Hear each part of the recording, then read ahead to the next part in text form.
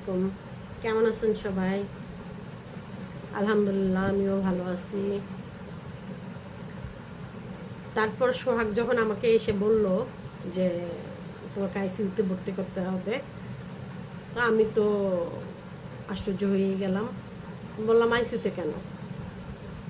তখন বলতেছে যে তোমার তো 2বার বমি হয়েছে, এখন তোমার প্লাটিলেটটা ভর্তি হইব, তোমার ওনারা রিস্ক নিবে না, তোমাকে আইসিইউতে নিয়ে যেয়েই ভর্তি হবে। তখন বললাম আইসিইউতে?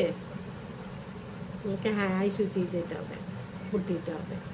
তো ঠিক আছে, চলো। ওইখানে সবাই আমাকে হুইল চেয়ারে করে আইসিইউতে নিয়ে গেল। আইসিইউ থেকে ঢুকলাম।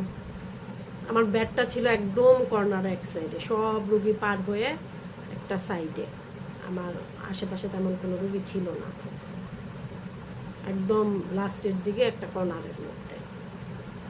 তো ওখানে ঢোকার পরেই তো আমার ড্রেস চেঞ্জ করে ফেললো, ওদের ড্রেস পরানো হইলো।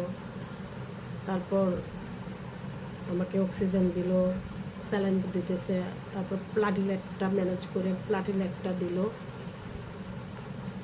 তো সেই গেলাম আইসিইউতে ভর্তি। আইসিইউর ভিতরে আসলে তো বোঝা যায় না দিন রাত, বাজে কয়টা, সময় কখন যাচ্ছে কিছু একটা। তো কতক্ষণ ক্লান্ত, ঘুমাচ্ছি, আবার জেগে থাকতেছি, দেখতেছি, ইয়ে করতেছি। আমার জন্য টেক কেয়ারের জন্য যে নার্সটা ছিল, তার আবার নতুন বিয়ে হয়েছিল, সদ্য 10 দিন হয়েছে। সে আবার রিটায়ার্ড, মানে চাকরিটা ছেড়ে দিছিল, কিন্তু তার যে মানে যে ডিউটিগুলো বাদ গেছিল, সেই ডিউটিগুলোই তখন পূরণ করতেছিল। সেই কারণে সেই আমাকে দিনরাত 24 ঘন্টা ডিউটি দিছিল।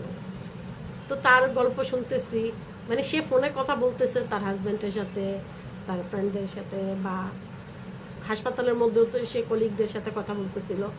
তার গল্প শুনি, আবার কখনো ঘুমায় যায়। এমন করতে করতে ভিজিটিং আওয়ার আসলো।